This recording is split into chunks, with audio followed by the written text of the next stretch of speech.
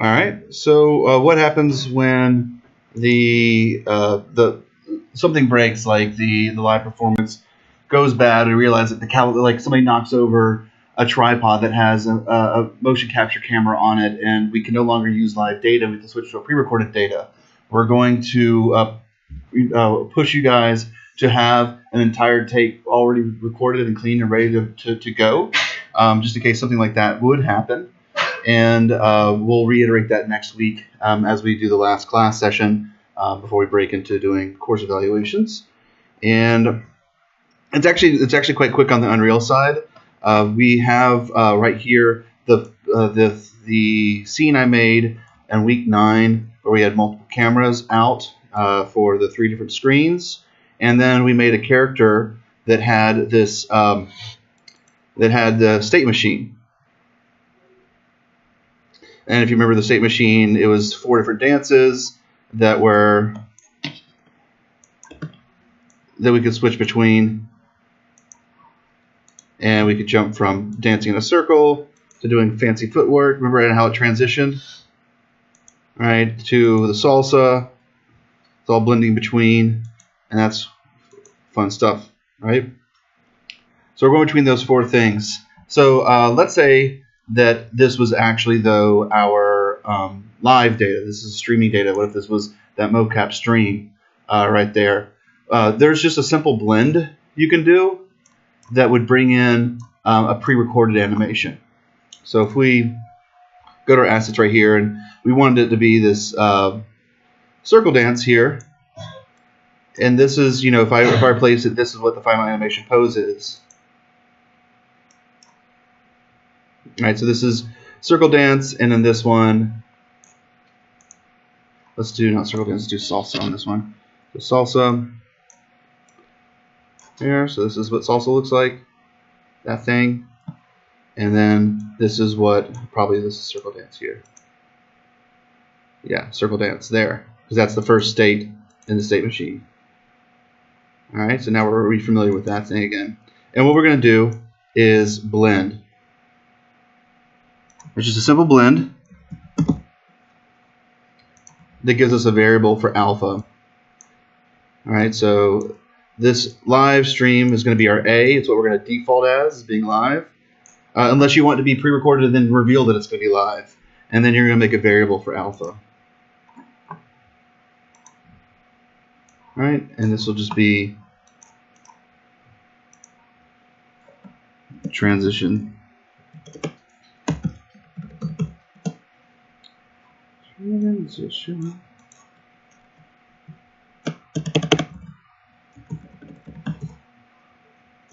All right, we'll just call it blend. Okay, so that's our blend right there. And our characters will be in character blueprints. So this is that skeletal mesh, and we're using the animation blueprint here. And by being in the event graph, as you see before, we were able to get into the animation blueprint when we cast to that animation blueprint, ABP male. So here again, what we're doing is we're getting a reference to the animation instance from here, and then getting inside the animation blueprint, and from there we should be able to set blend. Okay. For now, I can put it on a key press, but what we're going to do is we're going to get on OSC in a second. So we are allowing input for player 0, great. And I just want to say on the key press of spacebar, the Mayday switch. Oh, Mayday, Mayday, we need to switch to the canned mocap. I'm going to do a little brief transition, which is going to be a timeline, which is always the last thing. And I am going to, actually, I'm going to do 2 things. I'm going to use one of my favorite objects, the old FlipFlop.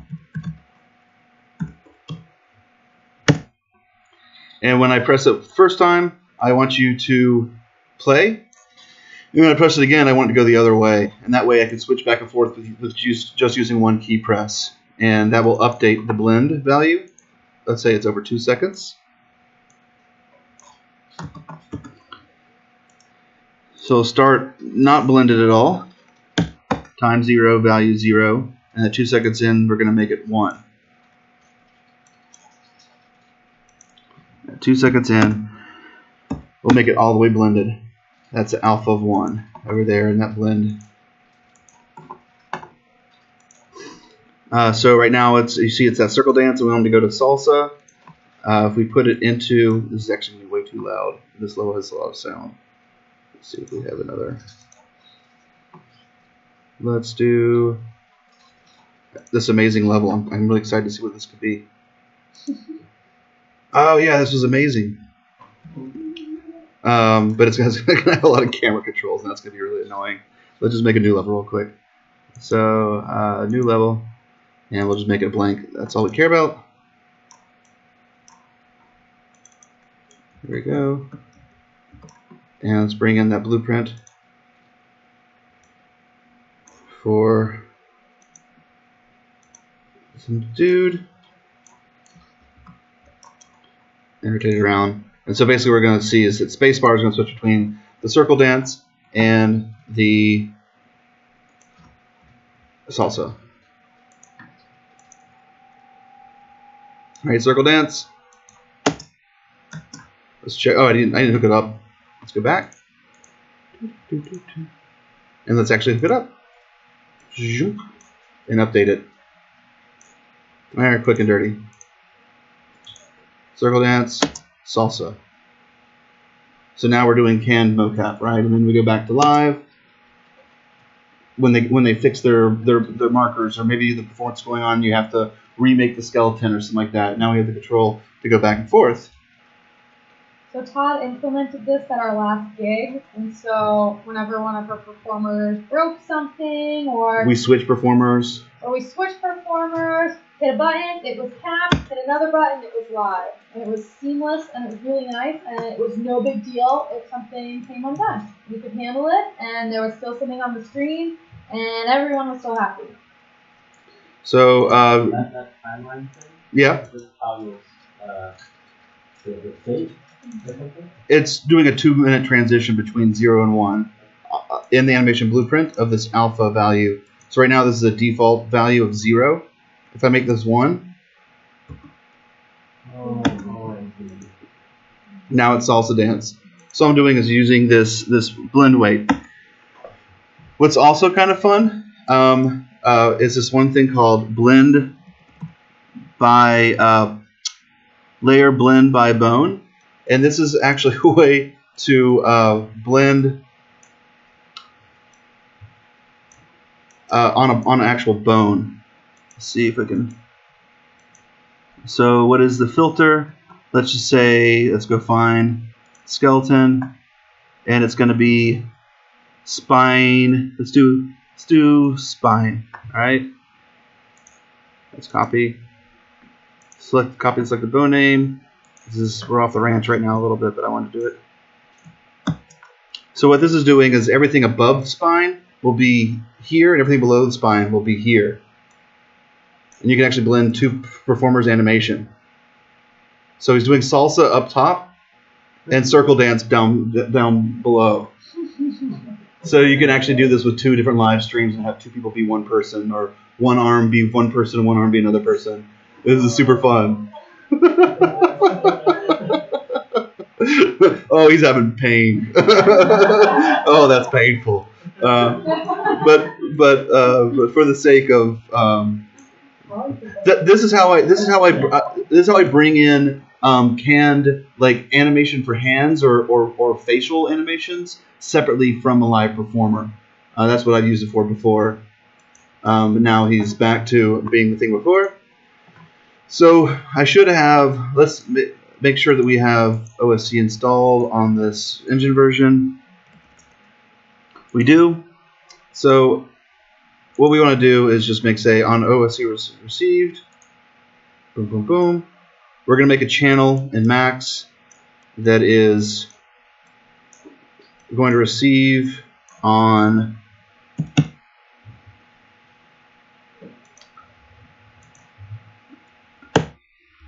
the word broken, something broke. Let's fix it. And just any value on that channel will trigger it. Branch. So if I receive something unbroken, let's send that. Kat, you want to take it from here? Yeah. Let's open up Max for you. I just recommend if you don't have a license for Mac. You can get a 30-day free 30-day trial and just switch email addresses to keep it going. And also, Max is installed on that computer that we'll be using, so you'll be putting a Mac patch there.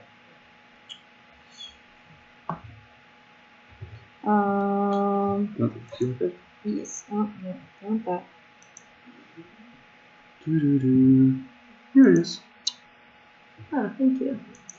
Cool. Yeah.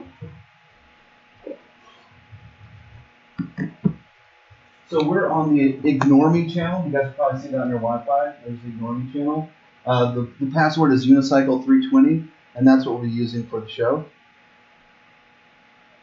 We can get that information for you again.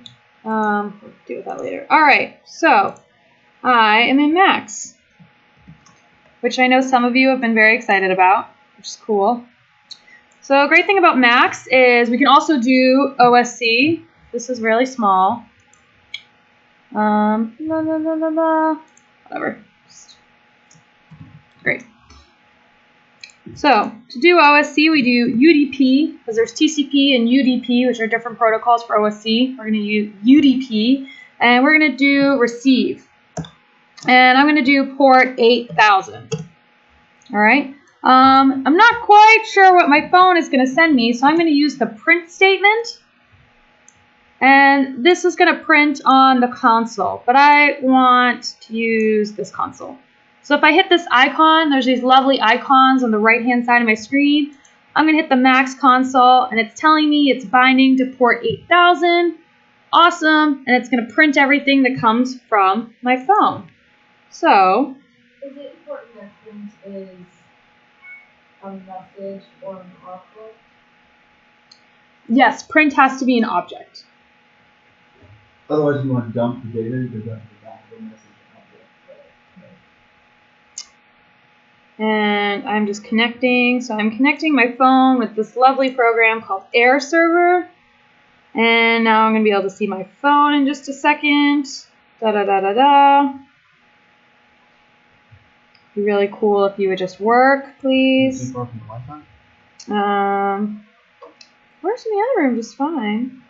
I'm on Ignore Me. This is on Ignore Me, right? Yep. Okay. Oh, now it's just disconnected. I don't know why.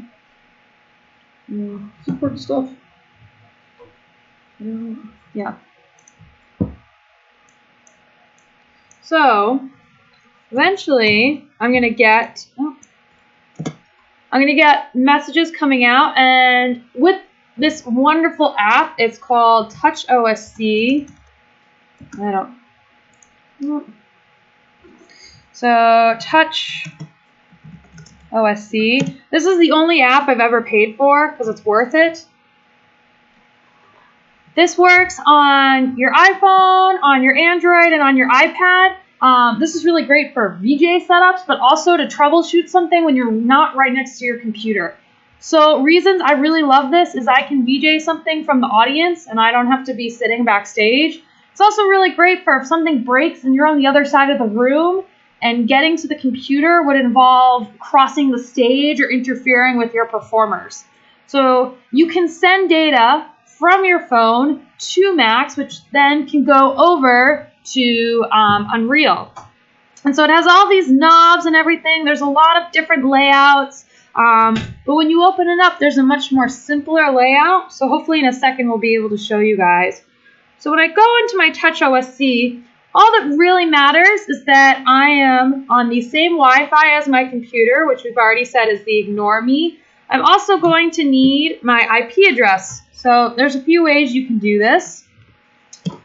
My favorite, obviously, is in the terminal. So if I type ipconfig into the terminal, my apologies, this is very small. What we're looking for is the IP4 address. All right, IP4 address. So this one is 192.168.1.9. I'm going to put that into my phone. I've also said the port is 8000. That's very important. And I will say done.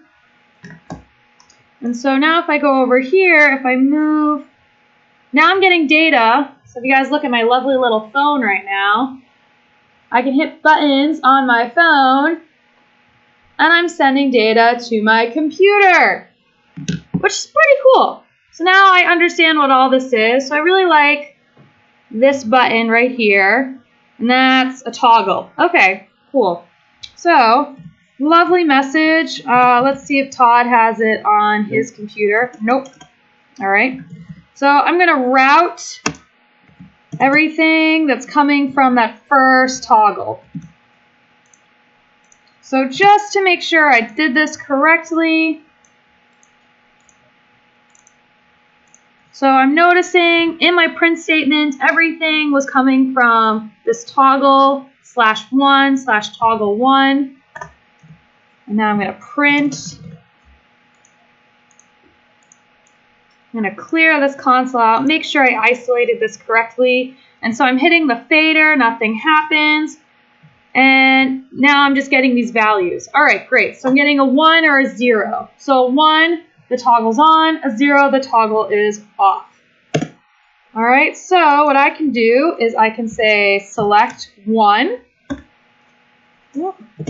And so what this is saying is anytime I get something, a value of 1, and it's a float for whatever dumb reason, great.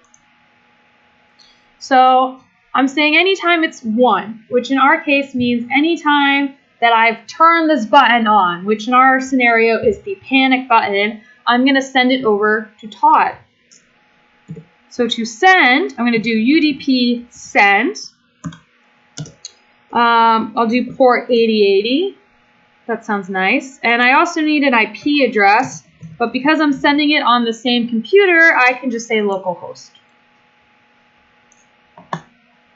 And I'm just going to send you a bang. Oh, but I need to send it on a route. So, did we say broken? Mm-hmm.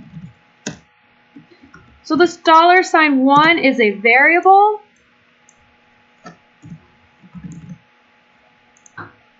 So if I give it the message 1,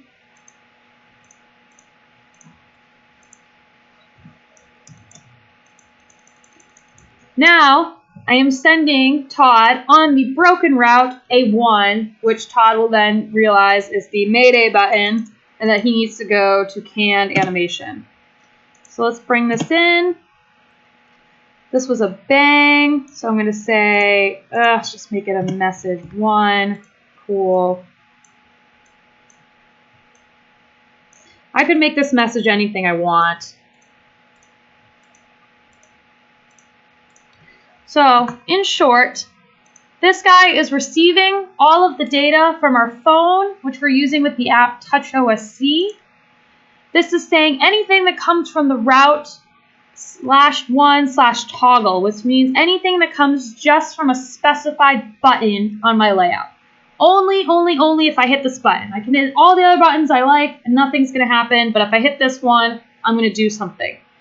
If select 1, which means if I've turned the button on, I'm going to send a 1 on the broken route, which is what Todd already specified, via localhost because I'm sending to the same computer on port 8080. And yeah, that's good. And now Todd can come back in and I'm going to send him stuff on the phone. All right, so back in Unreal, you have to go to, it's like to see if your plugins are turned on and off. That's a plugin button right here, but we've already proved that the plugin's turned on, but we need to talk about the settings of the plugin, and that's actually in project settings. So under my project settings, I'm going to go all the way at the bottom. It's OSC. And we're just receiving, where I'm not worried about sending right now. And this one's set to receive an 8000, but that's actually what Max is looking at. So we can actually send this on Cat's at 80/80, which you can't really see, but trust me, I'm not trying to lie to you. I just put 80/80 in there, unless it doesn't work, and then I was trying to lie to you. So we've already proven that cat stuff is printing, so let's just see it in action. All right, so he's got the quote-unquote live animation. I am on the other side of the room. Everything is broken. I take my phone out. I'm going to hit this button. That's freaking hand animation. What? And I didn't touch the computer. I didn't interrupt anything. And I'm over here. We didn't implement this, but I could have said select 0, send broken, and say not broken, and it could go back to the live animation. Well, give it a shot. Give it a shot. Let's see. Nothing? No, because I didn't send. It's only sending to a max if it's in 1, not a 0. I could have put that inside. Okay. Yeah, I mean the max stuff. This is important to know for understanding how this all works. But this could be like if anything comes on this channel whatsoever. I could just make this no values, and I don't need anything at all. It's just like, just send me anything that comes on this channel, send it out, and do it. Go for that. You received these 8,000 from the phone, so. Yeah, that was in the phone, and unfortunately we couldn't get the AirServer thing to work. But I'm more than happy to come around after and show you guys, or be an office hours. But yeah, I'm just hitting a button. I can hit a button. It's live. Stupid AirServer's not working. It was working before. 1 second. I'm sorry, AirServer. AirServer is just a way of showing you guys what's on our It just phone. shows my phone on the computer. If mine works, I'll show you. So That's so weird. I'm going to show the QR code.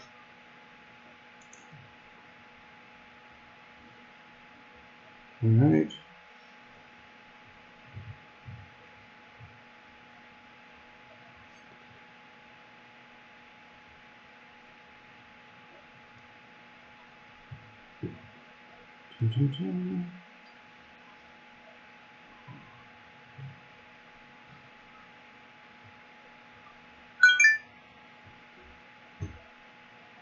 Touch OSC is also really helpful if you are like calibrating, like if you have a Connect and you're trying to figure out the distance, the minimum and maximum threshold for the Connect with that lighting situation. Instead of standing at the computer and having your friend inch back and forth, I can just set everything in my max hash by standing in front of the Connect with my Touch OSC, and as soon as it picks me up in the minimum threshold, hit a button, like that's minimum, I back up, as long as it can see me.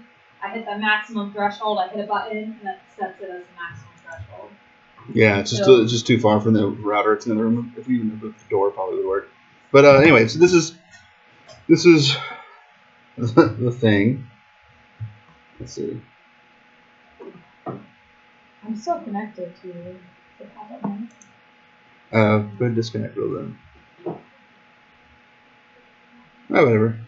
That's not even the point. Oh, that was close. There's like 2 metal doors in our way. Yeah. So anyway, Fort Knox is in the way. But anyway, that's how you fix things. This can be sliders and knobs and buttons. What's great about Touch OSC is it's multi-touch, right? You can do 4 things at a time with all your fingers. So it's good for live show control for a lot of different things. So if anyone's more interested in that, I can help after the play. Yeah.